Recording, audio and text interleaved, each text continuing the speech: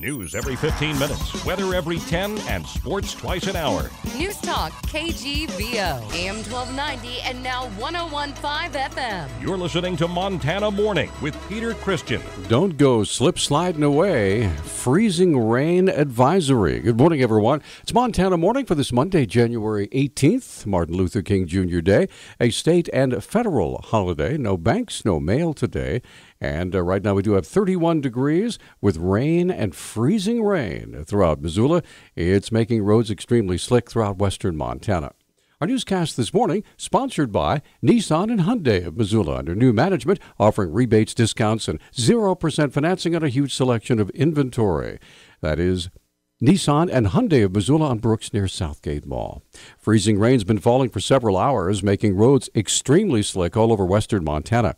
Meteorologist Jennifer Kitzmiller with the National Weather Service office in Missoula has more. We are already seeing some ice forming on some of the roadways this morning just because temperatures are lingering right around freezing right now. And the ground temperatures are actually below freezing. So even though you may see your car temperature saying that it's above freezing, that doesn't necessarily mean that there won't be ice on the roadways this morning. Kitzmiller says temperatures will warm to the mid-30s later today, giving the ice a chance to melt. But for this morning, law enforcement agencies are encouraging drivers to slow down and keep a good distance between you and the car in front of you should you need to stop suddenly. The body of the skier missing at Lost Trails ski area since December 22nd has been located and recovered. Ravalli County Sheriff Chris Hoffman says the body of Bart Allen Picard was found about 3 o'clock on Saturday afternoon. High winds in the area had cleared some of the snow covering Picard, and the instructor noticed a piece of his ski equipment. Mr. Picard was found partially lying in a tree well under about 4 feet of snow, 12 to 14 feet off the trail, and this was in the area of the Meadow Trail on the south side of the ski area. Hoffman says the cause of death is still under investigation and that the body has been taken to the Montana State Crime Lab in Missoula. Helena Bishop George Leo Thomas says the church had a duty to step up and accept responsibility for former priests and other employees who were accused of sexually abusing children. Thomas told the Independent Record the church could have fought claims by people in Montana who said they were abused, but it would not be right, and they might never have seen a resolution to their cases. Last year, the church posted a list online of the names of those accused. That was one condition of settling lawsuits filed by hundreds of people who said they were abused by priests, nuns, and others dating back to the 1940s. The diocese also agreed to set aside $20 million for more than 360 victims named in 2 lawsuits. A man and woman got out safely when a fire in a garage spread and destroyed their mobile home Sunday.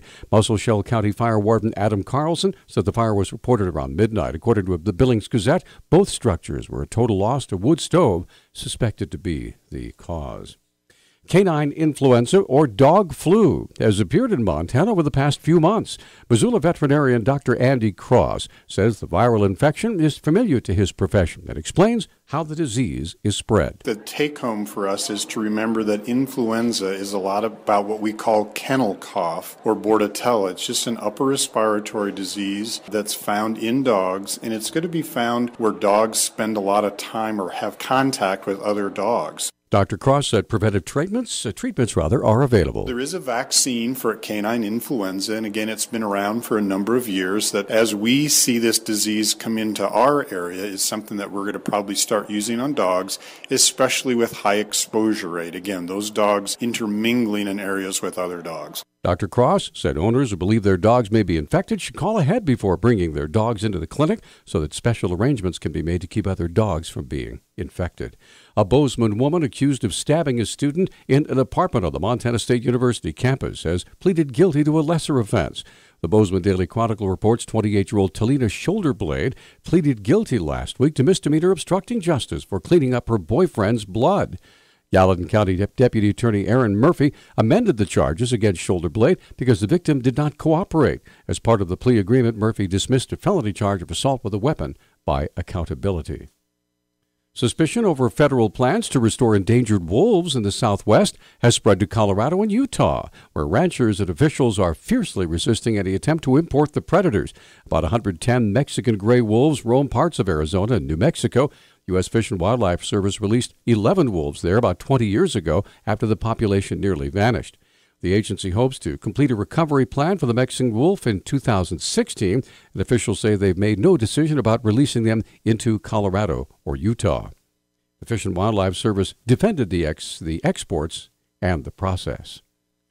A Missoula group working toward bringing Syrian refugees into Missoula received a letter of support last week from the Missoula County Commissioners. Soft Landing Missoula Executive Committee member and Missoula City Councilor Emily Medley says the group came together after a 3-year-old child washed up on a beach in Turkey. Alan was trying to escape violence in his home country and drowned along the way. We felt like, as humans, we have an obligation to help other humans fleeing from violence, especially violence that our country may have had some hand in creating. Bentley says the group requested and received a letter of support from the county commissioners. We're in the process of gathering support from community groups and leaders, and we, asked the county commissioners to write a letter of support to the State Department for opening a refugee resettlement agency in Missoula. Bentley said these refugees will be coming to America. She hopes some may want to settle in Missoula. Missoula County is anticipating a busy election year. With campaigning season in full swing, elections on the horizon, the county is looking for extra help. Elections Administrator Rebecca Connors says the county is recruiting up to 800 election judges servicing 28 different polling locations. We need for our polling locations right around 500 or so election judges. Then at our election center on the fairgrounds, we utilize several different buildings on election day. We have a tabulation center, same-day voter registration center, and we need help with directing traffic, assisting voters, at the counting center where we do all of our tabulation. So that requires about another 200 election judges for that location. Connors said the biggest job for election judges is to make sure the entire process runs smoothly. We do a training this February where we train them on all the election laws, so they make sure that all election laws are followed on election day. Election judges are part of the process, so it's a great educational opportunity for them to see the life cycle of a ballot and to work with voters, and it may be a voter's first time voting, and they may be able to share an experience with that person. So it's a lot of fun. Connors says training is held in February at the Missoula County Fairgrounds. Those interested in applying can visit our website. Get more information at Newstalk. KGVO.com. Our Newstalk time is 6:12. Newstalk, KGVO. Missoula's official weather station. Rain, snow, and freezing rain will impact travel this morning. By the afternoon, just look for a chance of light rain with our high temperatures in the mid-30s. Tonight, areas of freezing fog, lows in the teens. I'm meteorologist Brooke Foster for KECI 13.